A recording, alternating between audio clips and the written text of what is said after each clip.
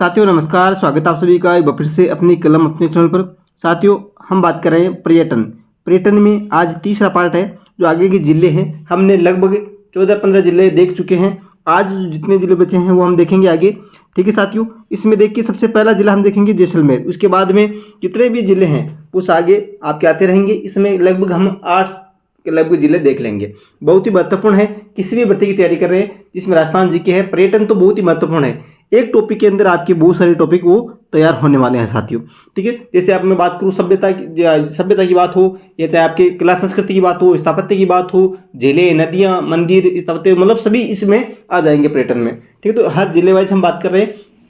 जैसलमेर से हम आज स्टार्ट करेंगे। शुरू करें उससे पहले एक बार सभी लाइक करके शेयर करें, और चैनल पे आप नए हैं तो सब्सक्राइब करके जुड़ जाएं।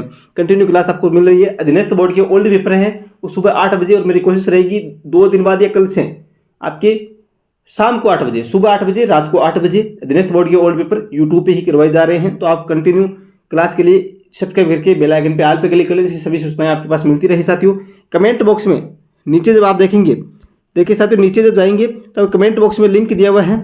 ठीक है, टेस्ट सीरीज का लिंक है, आप वहां से जुड़ सकते हैं। टेस्ट सीरीज जहाँ पे आप लेवल 1 से हैं चाहे लेवल 2 से हैं, टॉपिक को टेस्ट सीरीज है। ठीक है, आप सभी टेस्ट दे सकते हैं क्रम से। उसमें बीच में कॉम्बो टेस्ट भी है, हिंदी, व्याकरण प्लस शिक्षण विधियाँ, सभी की टेस्ट सीरीज आपको वहाँ पे मिल जाएगी। ठीक है, तो कमेंट बॉक्स ओपन कीजिए या सीधा प्ले स्टोर से ऐप डाउनलोड कर ले अपनी कलम अपने आज। वहाँ पे सभी किताबें हैं, कक्षा 6 से लेकर 10 तक, वन लाइनर नोट्स है, सभी आपको निःशुल्क उपलब्ध हैं उसी ऐप के अंदर। ठीक है, तो वहाँ पे आप जरूर जुड़े। देखिए बात करते हैं जैसलमेर के किले, हवेलियाँ और शहर, जिसे किले और हवेलियों का शहर कहा जाता है जैसलमेर को। ठीक है, देखिए किले और हवेलियों के शहर के बारे में हम जान कर लेते हैं। जैसलमेर का किला सबसे हम पहले देखते हैं। बात करते हैं जैसलमेर का किला। देखिए साथियों, यह किला एक वर्ल्ड हेरिटेज साइट है। ठीक है, वर्ल्ड हेरिटेज साइट के अंदर ये शामिल है। थार मरुस्थल के जो आपके त्रिकुटा पर्वत है साथियों, उस पर खड़ा है। ठीक है, उसके ऊपर स्थित है, और सूरज की रोशनी जब इस किले पे पड़ती है तो एक जो है पीले बलुआ जो पत्थर है उससे बना होने के कारण सोने जैसा चमकता है, इसलिए इसे सोनार किला या गोल्डन फोर्ट भी कहते हैं साथियों। डेजर्ट नेशनल पार्क की हम बात करते हैं। देखिए डेजर्ट जो नेशनल पार्क है वो हम देखते हैं। थार रेगिस्तान के विभिन्न वन्य जीवों का सबसे महत्वपूर्ण आवास है ये पार्क। प्रजातियां जैसे काले हिरण, चिंकारा, रेगिस्तान में पाए जाने वाली लोमड़ी, ये सब यहाँ इस पार्क में विचरण करते हैं। लुप्त प्राय, यहाँ पे इंपॉर्टेंट ये थोड़ा सा ध्यान रखें, ग्रेट इंडियन बस्टर्ड जो दुनिया का सबसे बड़ी उड़ान भरने वाले पक्षियों में से एक है, उसे यहाँ भी देखा जा सकता है। यह नेशनल पार्क जैसलमेर की 40 किलोमीटर दूरी पे स्थित है साथियों। ठीक है, अब देखिए बात करें आगे हम बात करते हैं, बात है पटवों की हवेली। इंपॉर्टेंट है पटवों की हवेली। देखिए इस हवेली के अंदर 5 हवेलियाँ हैं। महत्वपूर्ण बात है, इस हवेली के अंदर कितनी हवेलियाँ हैं? 5 हवेलियाँ हैं। वो आप जो कि गुमानचंद पटवा, इंपॉर्टेंट है, गुमानचंद पटवा ने, साथियों नाम याद कर लेना, पूछा गया सवाल है बहुत बार। ये गुमानचंद पटवा ने अपने 5 बेटों के लिए, साथियों कितने बेटों के लिए? 5 बेटों के लिए ये 5 हवेलियाँ हैं। एक हवेली के अंदर 5 हवेलियाँ। ठीक है, 5 बेटों के लिए बनवाई 1805 में, 1805 ईस्वी में ये बनवाई थी। इसे बनवाने में 50 साल लगे थे साथियों। कितने साल लगे थे? 50 साल लगे थे। जैसलमेर सबसे बड़ी और सबसे खूबसूरत नक्काशीदार जो हवेली, ये 5 मंजिला संरचना एक सक्रिय किले में गर्व से खड़ी है साथियों। देखिए आगे तनोट माता जो माता मंदिर है, तनोट माता का, वो हम देखते हैं। भाटी राजपूत नरेश तनुराव ने विक्रम संवत 828 भाटी राजपूत नरेश जो हैं तनु जी ने विक्रम संवत 828 में तनोट माता का मंदिर बनवाकर मूर्ति की स्थापना की थी साथियों।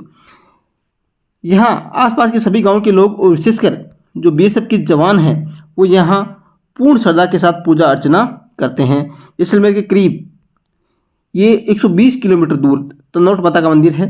ठीक है, तनोट माता को देवी हिंगलाज का पुनर्जन्म माना जाता है। रामदेवरा मंदिर देखिए, रुणीचा बाबा रामदेव जी और रामसा पीर का पुण्य स्थान है रामदेवरा मंदिर। इन्हें सभी धर्मों के लोग हैं वो पूजते हैं, मानते हैं। रामदेव जी राजस्थान की एक लोक देवता है। जो हमने लोक देवता जो पाठ पढ़ा था उसमें हमने बात की थी। इनकी छवि है घोड़े पे सवार एक राजा के समान दिखाई पड़ती है। इन्हें हिंदू मुस्लिम एकता का प्रतीक माना जाता है। देखिए वैसे राजस्थान की जनमानस में 5 पीरों की जो प्रतिष्ठा है उनमें से एक रामसा पीर विशेष स्थान है। इनमें पोखरण से 12 किलोमीटर की दूरी की स्थित है। जोधपुर जैसलमेर मार्ग पर रामदेवरा मंदिर है वो स्थित है।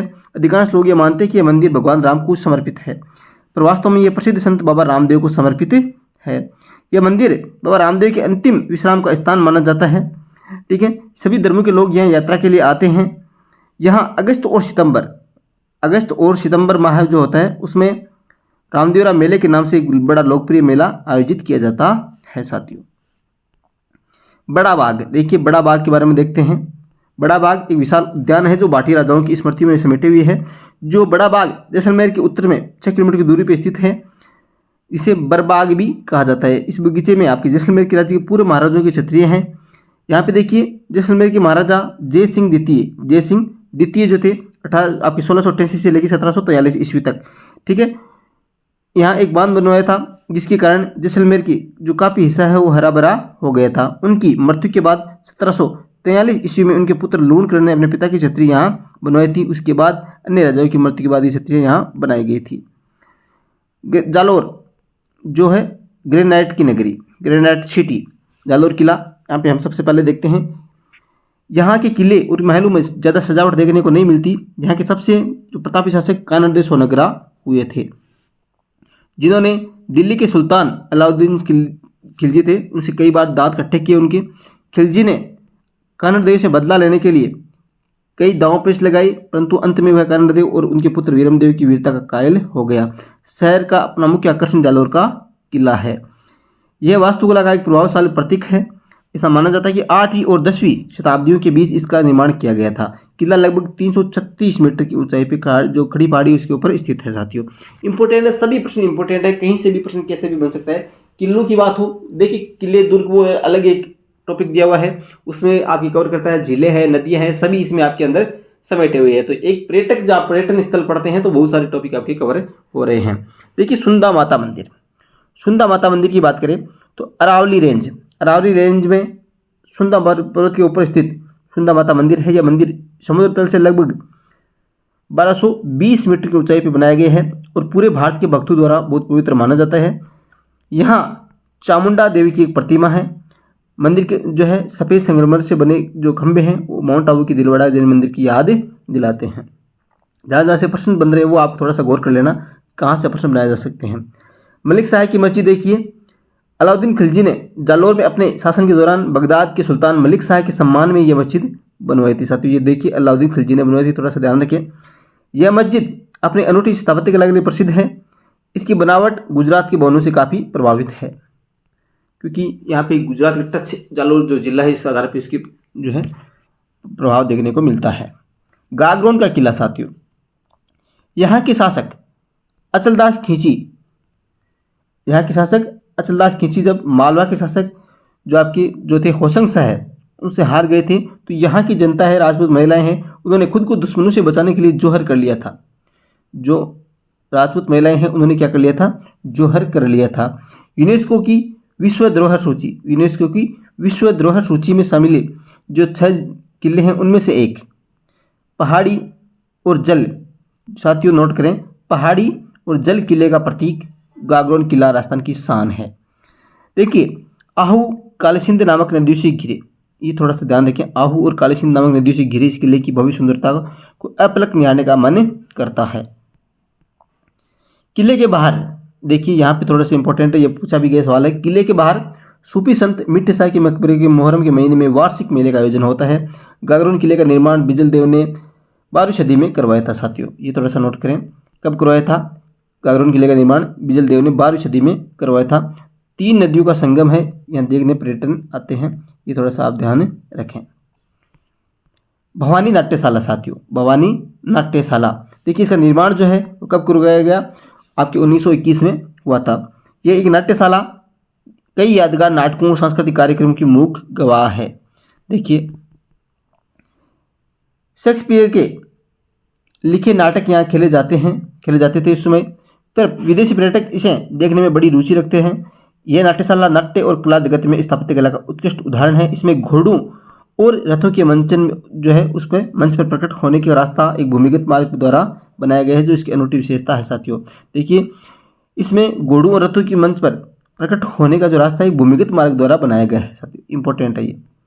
सूर्य मंदिर झालावाड़ का जुड़वां शहर है झालरापाटन साथियों, झालरापाटन, जिसे सिटी ऑफ बेल्स के नाम से या घंटियों का शहर भी कहा जाता है। यहाँ पर बहुत से मंदिर होने के कारण सुबह शाम मंदिरों की घंटियों की आवाज़ स्वर सुनाई देता है शानदार, इसलिए इसे जो आपकी सिटी ऑफ बेल्स कहा जाता है। देखिए 10वीं शताब्दी में बना 17 फीट ऊंचा भगवान शिव को समर्पित ये सूर्य मंदिर झालरापाटन के सर्वाधिक मनोहारी मंदिरों में से एक है। इस मंदिर का शिखर है वो पद्मनाभ और सूर्य मंदिर के रूप में लोकप्रिय है, और उड़ीसा का जो मंदिर है कोणार्क सूर्य मंदिर उसके समान ये उत्कीर्ण किया गया है। ठीक है, यहाँ की आदमकद मूर्तियाँ हैं वो बहुत शानदार है। बौद्ध गुफाएं और स्तूप, देखिए बौद्ध गुफाएं और स्तूप जो ये सबसे झालावाड़ में सबसे प्रसिद्ध और कोलवी गांव की प्राचीन जो है बौद्ध गुफाएं हैं साथियों। कोलवी गांव आपको थोड़ा सा नाम याद रखना है, ठीक है, कोलवी गांव। गुफाओं में सबसे प्रभावशाली है बुद्ध की विशाल प्रतिमा, बुद्ध की विशाल प्रतिमा और उत्कीर्ण स्तूप जो संरचना है वो झालावाड़ से लगभग 90 किलोमीटर दूरी पर स्थित है। ये भारतीय कला के सर्वश्रेष्ठ जीवंत नमूने माने जाते हैं। देखिए बात करें शेखावाटी, इसमें 3 जिले हम एक साथ देखेंगे, सीकर, झुंझुनू और चूरू। ठीक है, सबसे पहले हम देखते हैं साथियों इंपोर्टेंट जहाँ से प्रश्न बन सकते हैं, ताल छापर, क्या देखते हैं, ताल छापर अभ्यारण्य।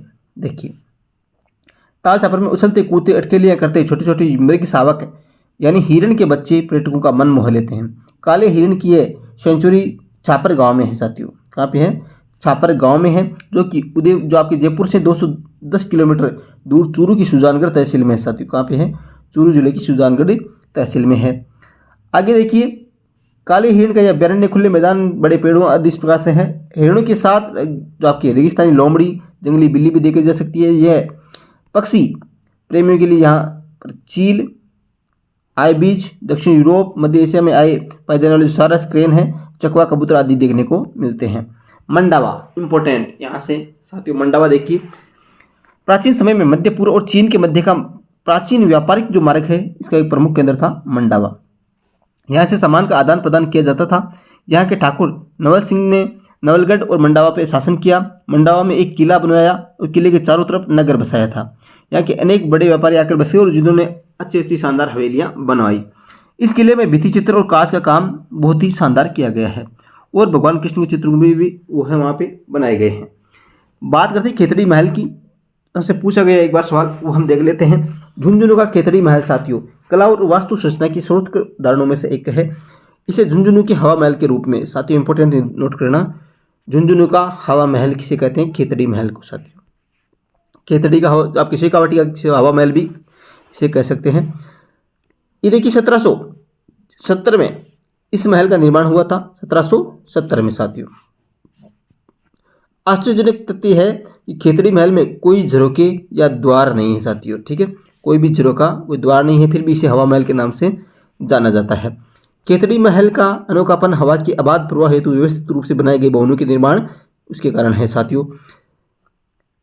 अब यहाँ पे देखिए सरदानाथ जी का आश्रम लक्ष्मणगढ़, सरदानाथ जी का आश्रम कहाँ पे है, लक्ष्मणगढ़ सीकर में। देखिए अमृतनाथ जी महाराज की शिष्य परंपरा के संत श्री सरदानाथ जी द्वारा स्थापित यह आश्रम लक्ष्मणगढ़ सीकर के रेलवे स्टेशन के पास में स्थित है। ये थोड़ा सा ध्यान रखें, लक्ष्मणगढ़ सीकर का रेलवे स्टेशन के पास में स्थित है सरदानाथ जी का आश्रम। आगे देखिए इस आश्रम में सरदानाथ जी के साधनामय जीवन की झांकी श्रद्धालुओं को देखने को मिलती है। यह आश्रम नाथ संप्रदाय का प्रमुख केंद्र है साथियों। हजरत कमरुद्दीन शाह की दरगाह है, हजरत कमरुद्दीन शाह की दरगाह देखिए नेहरा पहाड़ की तलहटी में, थोड़ा सा ये ध्यान रखें, नेहरा पहाड़ की तलहटी में खेतड़ी महल के पश्चिम में स्थित कमरुद्दीन शाह की दरगाह खुला व्यवस्थित परिसर है, जिसमें मस्जिद और मदरसा दोनों हैं साथियों। थोड़ा सा ध्यान रखें, यहाँ प्राचीन भित्ति चित्र है वो अभी भी देखे जा सकते हैं। इनके मध्य में सूफी संत कमरुद्दीन शाह की अलंकृत दरगाह भी है। नवलगढ़ देखिए झुंझुनू और सीकर के बीच स्थित, झुंझुनू और सीकर के बीच में स्थित नवलगढ़ अपनी सुंदर हवेलियों के लिए प्रसिद्ध है साथियों। यहाँ कई फिल्मों की शूटिंग भी की गई है, जिसमें कुछ भारतीय और कुछ विदेशी फिल्में भी है। यहाँ का आकर्षण है वो किला ठाकुर नवल सिंह ने बनवाया था। इसके पास स्थित रूप निवास और उद्यान समारोह से सुशोभित है। आगे देखिए लक्ष्मणगढ़ किला, लक्ष्मणगढ़ का जो किला है साथियों इंपॉर्टेंट है। देखिए लक्ष्मणगढ़ नगर में यह किला गौरवशाली स्थापत्य का नमूना है। पूरे विश्व में यह स्थापत्य कला का अनूठा उदाहरण है जो यहाँ बिखरी चट्टानों के टुकड़ों को संजोकर बनाया गया था साथियों। ठीक है, शेखावट का विशेष रूप से ध्यान रखें। फतेहपुर का देखिए साथियों, कायम खानी नवाब फतेह मोहम्मद ने 1508 ईस्वी में साथियों 1508 ईस्वी में इसे स्थापित किया था। उन्होंने 1516 में फतेहपुर के किले का निर्माण करवाया था। यह शहर एक समय सीकर की राजधानी के रूप में भी जाना जाता था। देखिए साथियों, ये थोड़ा सा ध्यान रखिए, सीकर की राजधानी के रूप में जाना जाता था। आज फतेहपुर शेखावाटी की लोकप्रिय सांस्कृतिक राजधानी के रूप में जाना जाता है। यहाँ अनेक दर्शनीय जगह हैं जिनमें द्वारकाधीश मंदिर है एक तो, ठीक है, सिंघानिया हवेली है, नादीन आपके ला प्रिंस कल्चर सेंटर भी है साथियों। ये थोड़ा सा ध्यान रखें, ये पूछ सकते हैं, इस प्रकार का सवाल है वो पूछ सकते हैं।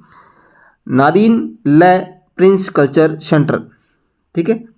देखिए नादीनल आपकी सीधा ये थोड़ा स्पेस लग गया यहाँ पे, नादीनल प्रिंस कल्चर सेंटर, और फतेहचंद की हवेली है वो उल्लेखनीय है कहाँ पे, फतेहपुर की। मेहरानगढ़ किला जोधपुर की हम बात करते हैं साथियों। जोधपुर देखिए, जोधपुर आज इस किले की, मेहरानगढ़ किले की बात करें, जोधपुर का प्रसिद्ध किला है। आज इस किले की तारीफ पूरी दुनिया में की जाती है। इसका संरक्षण, समृद्धि और मजबूती और रख रखाव अतुलनीय है। जोधपुर के क्षितिज पर शोभायमान 125 मीटर ऊंची पहाड़ी पर, सीधी पहाड़ी पर अविद्य मेहरानगढ़ किला है साथियों।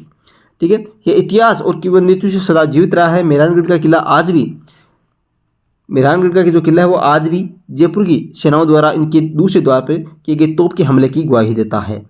ठीक है, ये थोड़ा सा ध्यान रखिए, तोप की गवाही जो जयपुर की सेना द्वारा की गई थी।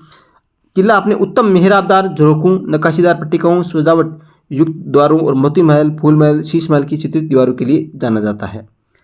जसवंतथड़ा, देखिए जसवंतथड़ा की बात करें, 19वीं शताब्दी के अंत में निर्मित श्वेत संगमरमर जो है उससे आकर्षक स्मारक और जसवंत सिंह द्वितीय साथियों, नोट करिए, जसवंत सिंह द्वितीय को समर्पित है। ये ध्यान रखिए, पहला ऑप्शन आपकी यही आएगा, जसवंत सिंह प्रथम। यहाँ पे आपको राइट क्या करना है, जसवंत सिंह सेकंड वाला करना है, जसवंतथड़ा। इसका इंपॉर्टेंट क्या है, इसे राजस्थान का ताजमहल भी कहा जाता है। और इसके जो है इसका निर्माण किसने करवाया था, उत्तराधिकारी सरदार सिंह है, उन्होंने करवाया था। मंडोर की बात करें, जोधपुर के अंदर मंडोर, इस स्थान का प्राचीन नाम जो मांडवपुर था, क्या था, मांडवपुर। यह पुराने समय में मारवाड़ राज्य की राजधानी हुआ करता था। एक किंवदंती जो चल रही है कि यहाँ पे रावण का ससुराल जो है वो यहीं पे था। रावण जो है, रामायण में आपने पढ़ा होगा, रामलीला आपने आज देखी होगी। यहाँ पे रावण का ससुराल कहाँ पे माना जाता है, मंडोर में माना जाता है। यहाँ सदियों से होली के दूसरे दिन रावण का मेला लगता है साथियों। ठीक है, रावण का मेला कहाँ लगता है, ये थोड़ा सा ध्यान रखिए, मंडोर में, होली के दूसरे दिन। मारवाड़ की प्राचीन राजधानी मंडोर जोधपुर के उत्तर में स्थित है। ठीक है, देखिए बात करते हैं कायलाना झील की साथियों। कायलाना झील जैसलमेर रोड पर कृत्रिम झील कायलाना जो है एक सुंदर पिकनिक स्थल है। कैनवास के चित्र जैसी दिखती इस झील की रमणीयता अविस्मरणीय है। आरटीडीसी के माध्यम से झील में विहार हेतु नौकायन की सुविधा भी उपलब्ध है साथियों। आगे देखते हैं माचिया सफारी उद्यान। माचिया सफारी उद्यान की बात करें तो देखिए जैसलमेर मार्ग पर कायलाना झील से लगभग 1 किलोमीटर दूर पर स्थित है माचिया सफारी जो उद्यान है। यह एक पक्षी विहार है। यहाँ हिरण, रेगिस्तान की लोमड़ियाँ, विशाल छिपकली, नीलगाय, खरगोश, जंगली बिल्लियां, लंगूर, बंदरू जैसे कई पशु पाए जाते हैं। उद्यान सूर्यास्त के दृश्य के लिए विख्यात भी है। बालसमंद झील की बात करें तो जोधपुर से लगभग 5 किलोमीटर दूरी पर स्थित जोधपुर मंडोर रोड पर जो बालसमंद झील स्थित है साथियों। इसका निर्माण 1159 ईस्वी में मंडोर के एक जल स्रोत हेतु किया गया था। बाद में इसे बालसमंद झील के किनारे पर एक ग्रीष्म महल निर्मित किया गया। यह हरे भरे बागानों से घिरा हुआ है। पशु और पक्षियों के लिए लोमड़ी और मोर में पाए जाते हैं। देखिए बात करते हैं करौली की। करौली में महत्वपूर्ण जो है वो हम देखते हैं साथियों। सबसे पहले देखते हैं कैला देवी मंदिर। करौली के बाहरी इलाके में लगभग 25 किलोमीटर दूरी पर कैला देवी का प्रसिद्ध मंदिर है जो कि त्रिकूट की पहाड़ियों के बीच में, साथियों नोट कर लेना इस बात को, त्रिकूट की पहाड़ियों के बीच में काली सिंध नदी के किनारे, ये भी नोट करें, ये बना हुआ है मंदिर। यह मंदिर देवी की 9 शक्ति की पीठों में से एक है। ठीक है, इनकी स्थापना जो है 1100 ईस्वी में की गई थी, ऐसी मान्यता है। कैला देवी मंदिर में प्रतिवर्ष हिंदी कैलेंडर जो है, हिंदू कैलेंडर, उसके अनुसार चैत्र माह है जो अप्रैल मार्च विशाल मेले का आयोजन किया जाता है। ठीक है, यह हनुमान जी का मंदिर भी है जो लांगुरिया नाम से पुकारते हैं। आगे देखिए 19वीं सदी जो महावीर जी का मंदिर है वो बात करें, 19वीं सदी है उसकी बात करें। 19वीं सदी में बना बेजोड़ वास्तुशिल्प की संरचना है ये मंदिर, जो कि एक जैन तीर्थ स्थल है। प्रत्येक वर्ष यहाँ चैत्र शुक्ल जो पक्ष है 13वें दिन से कृष्ण पक्ष के वैसाख के पहले दिन तक मार्च अप्रैल में एक मेले का आयोजन किया जाता है। यहाँ जो हजारों की संख्या में श्रद्धालु आते हैं। मेहंदीपुर बालाजी, करौली के गांव मेहंदीपुर में बालाजी यानी हनुमान जी के मंदिर की काफ़ी दूर दूर तक मान्यता है। मान्यता के अनुसार पागल और बीमार लोग यहाँ आते हैं और बालाजी के आशीर्वाद से सही होकर जाते हैं। देखिए बात करें कोटा की। कोटा बैराज, कोटा बैराज राजस्थान राज्य में चंबल नदी पर निर्मित सबसे महत्वपूर्ण जल संग्रह स्थलों में से एक है साथियों। वर्षा ऋतु में इसके बड़े फाटकों के माध्यम से तेज प्रवाहयुक्त जलधारा के मनमोहक दृश्य को देखने के लिए पर्यटक आते हैं। और बैराज के पास भगवान शिव का कसुआ मंदिर है साथियों, एक दर्शनीय स्थल है। यहाँ जो दुर्लभ जो चौमुखी शिवलिंग है साथियों, क्या है, चौमुखी शिवलिंग है, ये साथियों नोट करें। कोटा बैराज के पास में क्या है, भगवान शिव का एक तो कंसुआ मंदिर, ये पूछा गया सवाल है। और ये इसकी विशेषता क्या है, यहाँ पे चौमुखी शिवलिंग है, 4 मुख वाला एक शिवलिंग है। आगे देखिए मुकंदरा बाघ अभ्यारण्य, कोटा से लगभग 50 किलोमीटर की दूरी पर रावत भाटा मार्ग पर सेलजर तथा कोलीपुरा गिरदपुरा होते हुए दर्रा तक तथा कोटा से 50 किलोमीटर झालावाड़ रोड पर दर्रा गांव से कोलीपुरा सेलजर तक इस बाघ अभ्यारण्य का दृश्यावलोकन किया जा सकता है। यह अभ्यारण्य सघन वन क्षेत्र है और यहाँ पेंतर, भालू, हिरण, जंगली सुअर, लोमड़ी, सियार जो है काफ़ी संख्या में है। जगमंदिर महल की बात करें, देखिए कोटा का, कोटा महाराव दुर्जन साल सिंह हैं, उनकी महारानी तथा उदयपुर की राजकुमारी ब्रज कंवर जी ने इस कृत्रिम जलाशय किशोर सागर और जगमंदिर का निर्माण 1743 से 45 ईस्वी के बीच में करवाया था। विशेष रूप से थोड़ा सा नोट कर लेना इस बात को। कोटा महाराव दुर्जन साल सिंह की जो महारानी थी और कहाँ की राजकुमारी, उदयपुर की राजकुमारी ब्रज कंवर जी ने इस कृत्रिम जलाशय किशोर सागर और जगमंदिर का निर्माण 1743 से 1745 के बीच में करवाया था। किशोर सागर कोटा शहर के मध्य में स्थित है। यहाँ पर पर्यटकों हेतु पावर मोटर बोट और जेट स्की तथा बच्चों हेतु अन्य जल क्रीड़ाओं में water zorbing ball, banana boat आदि की सुविधाएं उपलब्ध है। इसके अतिरिक्त यहाँ पर सायकाल लेजर जो फिल्म है एंड साउंड शो का आयोजन किया जाता है। यह स्थान कोटा का प्रमुख पर्यटन स्थल है। देखिए अभेड़ा महल की बात करें साथियों, अभेड़ा महल का निर्माण 18वीं शताब्दी में करवाया गया था। यहाँ जो महल है वो शाही आरामगाह की दृष्टि से कोटा से 8 किलोमीटर दूरी पर निर्मित करवाया गया था, जिसमें राजकुमारी धीरदेह द्वारा पानी का कृत्रिम जलाशय निर्मित करवाया गया, जिसमें ज़्यादा वन्य जीव का पक्षी है इसे और आकर्षित हो सके। महाराव उमेश सिंह द्वितीय के शासनकाल में इस जलाशय में मगरमच्छ की विभिन्न प्रजातियों को पाला जाता था साथियों, तथा अभेड़ा का तालाब इसी के कारण प्रसिद्ध था। तो ये हमने बात की साथियों, इंपॉर्टेंट रूप से महत्वपूर्ण जो हमने बात की थी आज वो थी जितने जिले हमने बात किए।